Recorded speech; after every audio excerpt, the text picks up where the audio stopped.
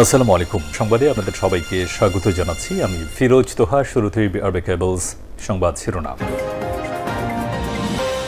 বাংলাদেশের সর্বশেষ গুরুত্বপূর্ণ আপডেট সংবাদে আপনাকে স্বাগত। শুরুতেই সংবাদ শিরোনাম, পরে বিস্তারিত।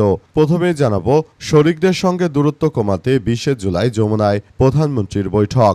সরকার গঠনের পর প্রথমবারের মতো যুগপৎ আন্দোলনে অংশ নেওয়া শরিক রাজনৈতিক দলগুলো শীর্ষ নেতাদের সঙ্গে বৈঠকে বসতে যাচ্ছেন প্রধানমন্ত্রী এবং বিএনপির চেয়ারম্যান তারেক রহমান। আগামী 20 জুলাই সন্ধ্যায় রাষ্ট্রীয় অতিথি ভবন যমুনায় বৈঠক হওয়ার কথা রয়েছে। বৈঠক শেষে নৈশভোজের আয়োজন করা হয়েছে।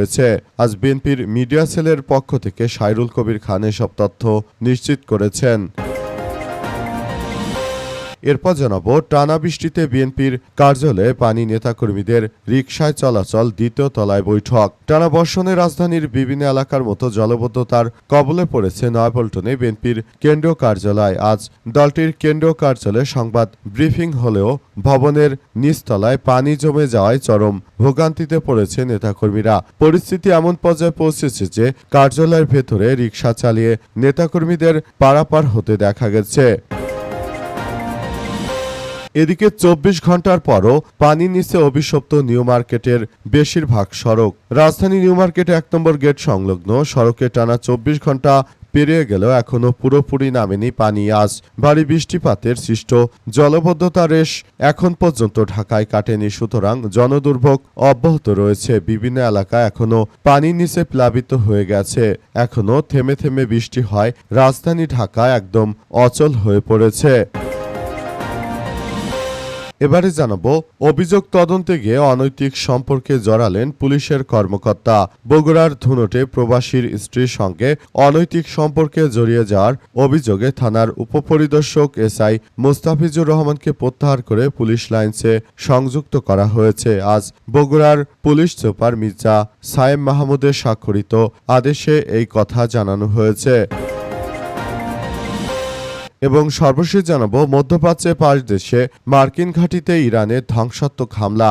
ইরানের ইসলামী রেভলিউশনারি গার্ড কোর আইআরজিসি জানিয়েছে তারা মার্কিন আগ্রাসনের জবাবে বাহরাইন, কুয়েত, কাতার, জর্ডান ও ওমানে অবস্থিত যুক্তরাষ্ট্রের সামরিক ঘাঁটিগুলোতে হামলা চালিয়েছে। এক বিবৃতিতে আইআরজিসি জানায় এ অঞ্চলে মার্কিন ঘাঁটিতে ড্রোন হামলা অব্যাহত রয়েছে। এতে আরও বলা হয়েছে যে কুয়েতে মার্কিন বাহিনীর উপর ধ্বংসাত্মক ড্রোন হামলা চালিয়েছে ইরানের সেনাবাহিনী, যার মধ্যে প্রতিরক্ষা এবং ক্ষেপণাস্ত্র ব্যবস্থা, বাংকার এবং সহায়ক আশ্রয়কেন্দ্র অন্তর্ভুক্ত রয়েছে। এর আগে ইরানের আইআরজিসি কুয়েতের আলী সালেম এবং আহমেদ আল জাবের ঘাঁটিতে হামলার দায় স্বীকার করেছিল। প্রিয় দর্শক, এতক্ষণ শুনছিলেন সংবাদ শিরোনাম, এবারে বিস্তারিত। তবে তার আগে বন্ধুরা, অনুরোধ থাকবে এই সংবাদটিতে একটি লাইক দিন। এই চ্যানেলে আপনি নতুন হয়ে থাকলে আমাদের সংবাদটি দেখতে দেখতে চ্যানেলটি সাবস্ক্রাইব করে রাখুন। কমেন্ট করে বন্ধুরা আপনার মূল্যবান মতামত জানিয়ে দিন আপনি বিশ্বের কোন দেশ থেকে বা বাংলাদেশের কোন স্থান থেকে আমাদের সংবাদটি দেখছেন এবং শুনছেন। আর বন্ধুরা, সংবাদটি আপনার সোশ্যাল মিডিয়া ফেসবুকে শেয়ার করে বন্ধুদেরও দেখার সুযোগ করে দিন। গাজা যুদ্ধে আপনি যদি নিরীহ ফিলিস্তিনিদের ভালোবেসে থাকেন বন্ধুরা, কমেন্টে ইয়েস লিখে পুরো বিশ্ববাসীকে আমাদের এই তাজা আপডেটটি দেখার সুযোগ করে দিন। এবারে বিস্তারিত। শরিকদের সঙ্গে দূরত্ব কমাতে 20 জুলাই যমুনায় প্রধানমন্ত্রীর বৈঠক। সরকার গঠনের পর প্রথমবারের মতো যুগপৎ আন্দোলনে অংশ নেওয়া শরিক রাজনৈতিক দলগুলোর শীর্ষ নেতাদের সঙ্গে বৈঠকে বসতে যাচ্ছে প্রধানমন্ত্রী এবং বিএনপির তারেক রহমান। আগামী 20 জুলাই সন্ধ্যায় রাষ্ট্রীয় অতিথি ভবন যমুনায় এই বৈঠক অনুষ্ঠিত হওয়ার কথা রয়েছে। বৈঠক শেষে নৈশভোজেরও আয়োজন করা হয়েছে। বিএনপির মিডিয়া সেলের সদস্য সাইরুল কবির খান 20 জুলাই যমুনায় প্রধানমন্ত্রীর এই বৈঠক উপলক্ষে সমস্ত নেতাকর্মীদেরকে তিনি আমন্ত্রণ জানিয়েছেন এবং সবাইকে উপস্থিত থাকার জন্য উদাত্ত আহ্বান জানানো হয়েছে। প্রধানমন্ত্রী তারেক রহমানের পক্ষ থেকে বলা হয়েছে যে যারা বিগত স্বৈরাচারের পতনে আমাদের সঙ্গে কাজ করেছে, একসঙ্গে থেকেছে, তাদেরকে বলতে চাই তারা যেন আমাদের পাশে থাকে এবং আমরা যে সরকার রান করছি এটাতে তারা যেন সর্বাত্মকভাবে সহযোগিতা করে। সেজন্য ইতিমধ্যেই শরিক রাজনৈতিক দলের যারা শীর্ষস্থানীয় নেতৃত্ববৃন্দ নেতৃত্ববৃন্দ রয়েছে তাদেরকে বিএনপি যমুনায় ডেকেছে এবং তাদের সঙ্গে তারেক রহমান দূরত্ব কমানোর জন্য সর্বাত্মকভাবে কার্যক্রম চালিয়ে যাচ্ছে অবস্থায় তারেক রহমান যেভাবে কার্যক্রম চালাচ্ছে এটা সবার জন্য খুবই গুরুত্বপূর্ণ একটি বিষয় হিসেবে দাঁড়িয়েছে। সবাই একসঙ্গে বিষয়গুলো নিয়ে খুবই গুরুত্ব দিয়ে তারপর পুরো পরিস্থিতি আমাদেরকে দেখভাল করতে হচ্ছে। সবকিছু সুন্দরভাবে গড়ে তোলার মধ্য দিয়ে আমাদের সবাইকে এগিয়ে যেতে হচ্ছে। আসলে আরো বলা হয়েছে যে যেভাবেই হোক না কেন তাদের শরিক দলগুলোর সঙ্গে যেন সুন্দর একটি সম্পর্ক গড়ে তোলা যায় সেই ব্যাপারটি নিয়ে তারা কাজ করছে। টানা বৃষ্টিতে বিএনপির কার্যালয়ে পানি, নেতাকর্মীদের রিকশায় চলাচল। টানা বর্ষণে রাজধানীর বিভিন্ন এলাকার মতো জলবদ্ধতার কবলে পড়েছে নয়াপল্টনে বিএনপির কেন্দ্রীয় কার্যালয়। আজ সকালে দলটির কেন্দ্রীয় কার্যালয়ের ব্রিফিং হলেও ভবনের নিচতলায় পানি জমে যাওয়ার কারণে চরম ভোগান্তিতে পড়েছে নেতাকর্মীরা। পরিস্থিতি খুব খারাপ আকার ধারণ করেছে। রাজধানী ঢাকায় হঠাৎ করে বৃষ্টিপাতের কারণে তলিয়ে গেছে বিএনপির অনেক গুরুত্বপূর্ণ এলাকা।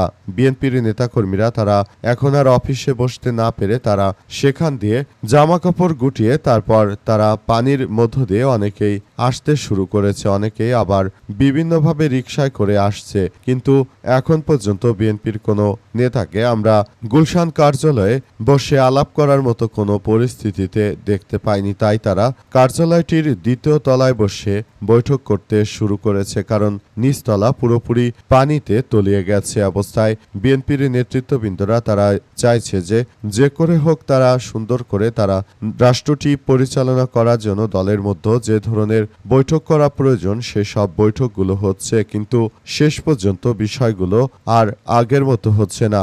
বিষয়গুলো এখন অনেকটাই পরিবর্তিতভাবে বৈঠকটি করতে হচ্ছে, কারণ দলের যারা সিনিয়র নেতৃত্ববৃন্দ রয়েছেন তারা অনেকেই এখন আর অফিসে আসেন না, কারণ তারা ইতিমধ্যেই নানাবিধ সমস্যার মধ্যে পরিলক্ষিত হয়েছে।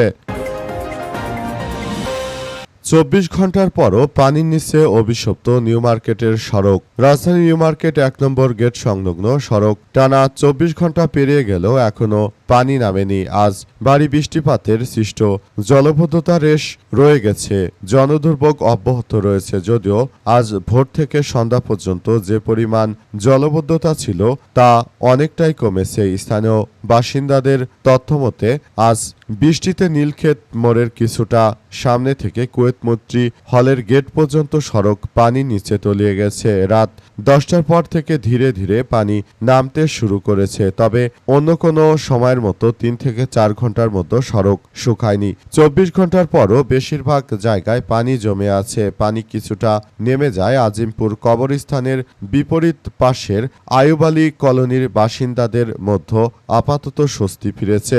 আজ জলবদ্ধতার কলোনি সড়ক এবং কয়েকটি বাসাবাড়িতে পানি ঢুকে পড়েছিল, তবে সকাল থেকে আবারও বৃষ্টি শুরু হয় নতুন করে জলবদ্ধতার শঙ্কায় রয়েছে তারা। আজ সরেজমিনে দেখা গেছে যে সড়কে জমে থাকা পানি ঠেলে প্রাইভেট কার, মোটরসাইকেল ও ব্যাটারি চালিত অটোরিকশা এবং প্যাডেল চালিত রিকশা চলাচল করছে। পানির কারণে যানবাহনগুলো ধীরে ধীরে চলাচল করছে এবং বিঘ্ন সৃষ্টি হয়েছে।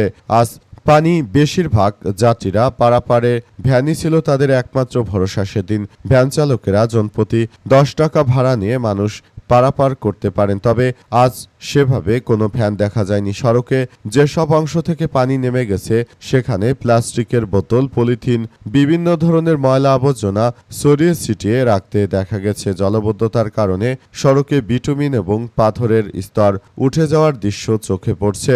স্থানীয়দের অভিযোগ, ড্রেনে জমে থাকা প্লাস্টিক ও আবর্জনার কারণে পানি দ্রুত নিষ্কাশনে বাধা পাচ্ছে। কুয়েত মৈত্রী সম্মেলন হলে ঢাকা বিশ্ববিদ্যালয়ে যাওয়ার জন্য ব্যাটারি চালিত রিকশা ভাড়া করেছিলেন 3 শিক্ষার্থী। তারা জাগো নিউজকে জানিয়েছেন যে স্বাভাবিক সময়ে বিশ্ববিদ্যালয়ে যাতায়াতে ব্যাটারি যান ব্যবহার করা হয়েছে, কিন্তু বৃষ্টির কারণে সেই সেবা বন্ধ থাকায় তারা বাধ্য হয়ে রিকশায় যেতে হচ্ছে। অভিযোগ তদন্তে গিয়ে অনৈতিক সম্পর্কে জড়ান পুলিশের কর্মকর্তা। বগুড়া ধুনটে প্রবাসীর স্ত্রীর সঙ্গে অনৈতিক সম্পর্কে জড়ানোর অভিযোগে থানার পরিদর্শক বা পুলিশের এসআই মোস্তাফিজার রহমানকে প্রত্যাহার করে পুলিশ লাইন্সে সংযুক্ত করা হয়েছে।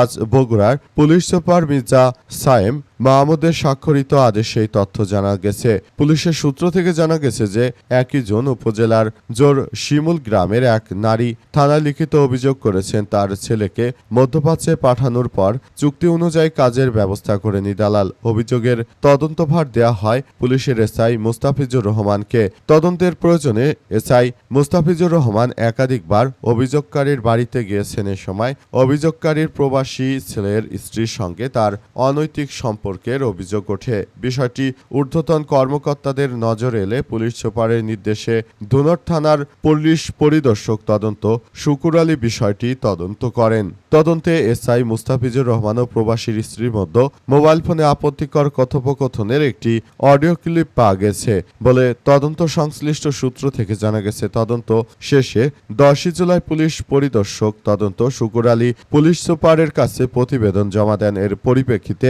12 জুলাই মুস্তাফিজুর রহমানকে থানা থেকে প্রত্যাহার করে পুলিশ লাইনসে সংযুক্ত করা হয়েছে। বিষয়ে জানতে চাইলে তদন্ত কর্মকর্তা শুকুর আলী বলেন, এসআই মুস্তাফিজুর রহমানকে পুলিশ লাইনসে সংযুক্ত করার আদেশ পাওয়ার পর তাকে ছাড়পত্র দেওয়া হয়েছে।